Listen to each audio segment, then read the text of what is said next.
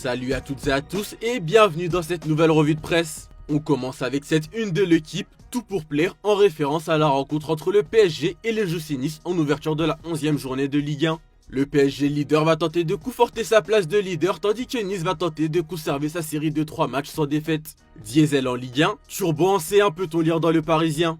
Auteur d'un sans faute en Ligue des Champions, le PSG peine davantage en championnat malgré la première place à la tête du classement. Avant la rencontre en LDC face au Bayern Munich qui a remporté tous ses matchs cette saison, les joueurs de Luis Enrique veulent monter en régime et cela va passer par une victoire face aux Aiglons. Une tâche qui s'annonce pas facile pour l'équipe, les joueurs de la capitale vont devoir être prêts pour le Gymkhana. Sans Désiré Doué absent pour quelques semaines, le PSG va affronter sa bête noire. Les Niçois sont venus s'imposer au parc lors de leurs 2 dernières visites, la saison passée et il y a 2 ans.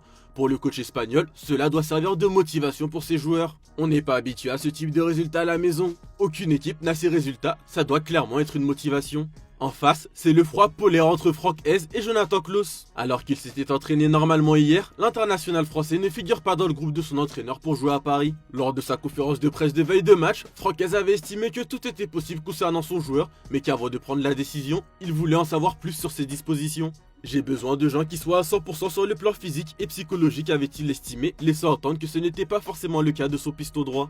La relation entre le joueur et le club s'est détériorée après que le GC Nice ait bloqué son transfert vers le Bayer Leverkusen cet été. Un épisode que Jonathan Klaus n'a pas très bien vécu selon son entraîneur. Pour Hez, sur Jonathan Klaus, moins on en dit, moins on dit de bêtises, mais ce n'est pas moi qui ai écrit le problème, a ajouté le coach du gym, estimant que le joueur est à l'origine des tensions. Pour rappel, Klaus dit être victime d'une hyperextension à un genou depuis le match gagné face à Rennes dimanche dernier, alors que son coach estime examen médicaux à l'appui qu'il n'a pas grand chose. Toujours dans le sud, pour la Provence, l'OM part à la chasse aux démons. Les Olympiens retrouvent leur bête noire de la saison passée, la Auxerre. Une belle occasion pour eux de les dompter. Pour cela, les Marseillais vont devoir corriger les petits défauts surgés en octobre, où ils n'ont remporté que 2 matchs sur 5, toutes compétitions confondues. Longoria est le fantôme de l'abbé Deschamps, peut-on lire dans les pages intérieures du journal. Plus de 8 mois après son dérapage où il avait crié à la corruption avant de prendre 15 matchs de suspension, le président de l'OM revient en Bourgogne en ayant fait un pas de côté. On part en Espagne avec cette une d'as, soulier d'or, soulier de tous. Kylian Mbappé a reçu son soulier d'or européen 2024-2025 lors d'une cérémonie au Santiago Bernabéu en présence de tout l'effectif merengue hier. Dans son discours, Mbappé a remercié ses coéquipiers en insistant sur le fait que cette réussite est collective. Lors de cet événement, Florentino Pérez a salué Mbappé pour son travail, son engagement et sa passion, soulignant sa place importante au sein du club. Le roi débute pour Marca. Pour sa première saison au Real Madrid, Mbappé a marqué 31 buts en Liga, devenant le 3e joueur madrilène à remporter le trophée après Hugo Sanchez et Cristiano Ronaldo. Le numéro 10 du Real Madrid, qui a déjà marqué 11 buts en Liga, a déclaré vouloir remporter ce trophée à nouveau cette saison. Après sa traditionnelle conférence de presse, l'international français a accordé un entretien aux médias madrilènes Marca. Un entretien auquel il a été interrogé une nouvelle fois sur le PSG. Quelle est la plus grande différence entre le PSG et le Real Madrid, a ainsi glissé le journaliste. Et Kylian Mbappé a été très classe dans sa réponse pour ne pas dénigrer son ancienne équipe malgré des relations parfois tendues. Ce sont 2 clubs très différents avec des histoires distinctes. Le PSG est un club beaucoup plus jeune, tandis que le Real Madrid a une histoire bien plus longue et plus riche. La culture est également différente, sans aucun doute, le Real Madrid est le meilleur club du monde, mais le PSG figure aussi parmi les meilleurs. Ce sont 2 visions du football différentes et je suis fier d'avoir fait partie à la fois du Real Madrid et du PSG. Une réponse qualifiée de classe dans la presse espagnole qui explique ainsi que Mbappé a adressé des mots doux au PSG. Le club de la capitale devrait apprécier cette sortie de son ancien joueur. Toujours à Madrid, Vinicius joue pour son pardon. Xabi Alonso a mis fin à la polémique concernant le Brésilien lors de sa conférence de presse hier. Après l'incident lors du Classico où il avait manifesté clairement son mécontentement à son remplacement, Vinicius a présenté ses excuses au vestiaire lors d'une réunion organisée mercredi. Xabi Alonso a également demandé à la presse de se focaliser sur les prochains matchs importants, déclarant que toute l'équipe, y compris Vinicius, était pleinement concentrée sur le terrain. La performance de l'ailier face à Valence va être scrutée de très près ce soir. Face à Valence justement, Xabi Alonso va pouvoir compter sur Camavinga. Camavinga, le dernier pari de Xabi pour As. Le Français de 22 ans peut devenir un élément important du Real Madrid sous la direction de Xabi Alonso, qui a choisi de gérer prudemment son retour après une longue blessure en avril 2025. Resté éloigné des terrains jusqu'en septembre, Camavinga a repris progressivement sa place, accumulant 171 minutes lors des 3 derniers matchs, dont une grosse prestation contre Barcelone, où il a joué l'intégralité du Classico. Une performance plus que réussie, où il a été le joueur avec le plus de duels gagnés notamment. Alonso apprécie son rendement, sa flexibilité et sa soif de compétition, voyant en lui un pari important parmi les nombreux talents du Real Madrid. Ce rôle, qu'il soit titulaire ou un remplaçant clé, devrait lui permettre de prendre du galon dans l'effectif de la Casablanca. On reste en Espagne, mais cette fois-ci du côté de la presse catalane. Lamine a envie, titre Mundo Deportivo. Attendu au tournant, Yamal a eu un plan de reprise personnalisé au FC Barcelone après un classico raté où sa pubalgie l'aurait empêché de donner le meilleur de lui-même. Le jeune joueur s'est entraîné intensivement cette semaine sans douleur apparente avec des séances de physiothérapie pré- et post-entraînement. Face au Real, il a tenté de créer du danger malgré ses limites physiques avec notamment 2 passes laser menaçant la défense adverse, écrit le journal. Le club et ses coéquipiers ont confiance en son retour en forme et Lamine aura prochainement 3 occasions pour se racheter, les matchs contre Elche, Bruges en Ligue des Champions et le Celta Vigo. Le crack veut repartir de l'avant et être un joueur important et décisif pour son équipe, notamment en Ligue des Champions, un objectif majeur pour lui et Barcelone. Face à Elche, le Barça sera avec Olmo, Lewandowski et Koubarsi. Pau Koubarsi a récemment repris l'entraînement collectif après 3 jours d'absence où il a été ménagé. Il s'est entraîné sous la direction d'Hansi Flick et sera prêt pour le match de ce week-end.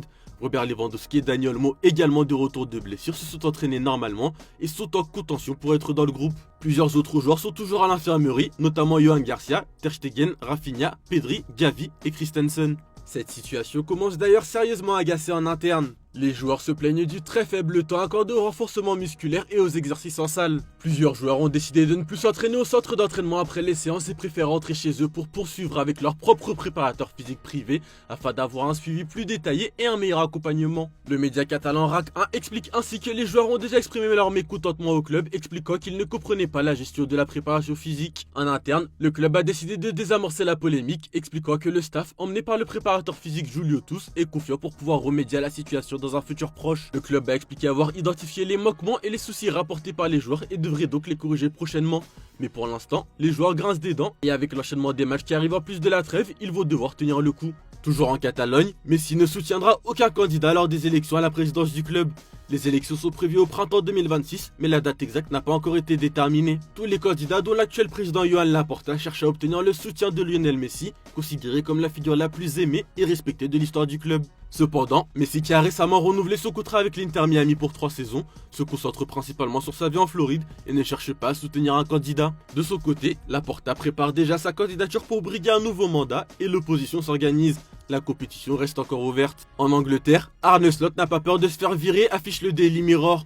L'entraîneur de Liverpool reste confiant malgré une série difficile de 4 matchs consécutifs en Première Ligue et 6 défaites lors des 7 derniers matchs toutes compétitions confondues. Slot affirme ne pas craindre pour son poste et souligne que les discussions avec la direction sportive sont positives et qu'il y a une confiance dans son travail. Certains anciens joueurs et spécialistes estiment que la pression sur Slot est excessive, mais ils reconnaissent que la période actuelle est un test crucial pour le manager. Liverpool reste optimiste quant à sa capacité à redresser la situation. Côté d'Arsenal, face à Burnley, ce sera un match au sommet pour Arteta, peut-on lire dans le Daily Star.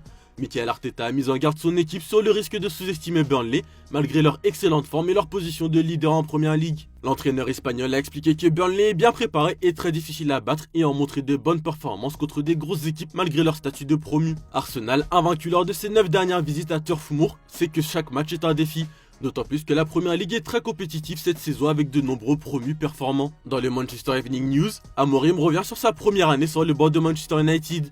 Sous sa direction, United est actuellement dans sa meilleure passe en Première Ligue avec notamment une victoire historique à Anfield contre Liverpool. Un résultat qui a permis au club de grimper à la 9ème place proche des places européennes.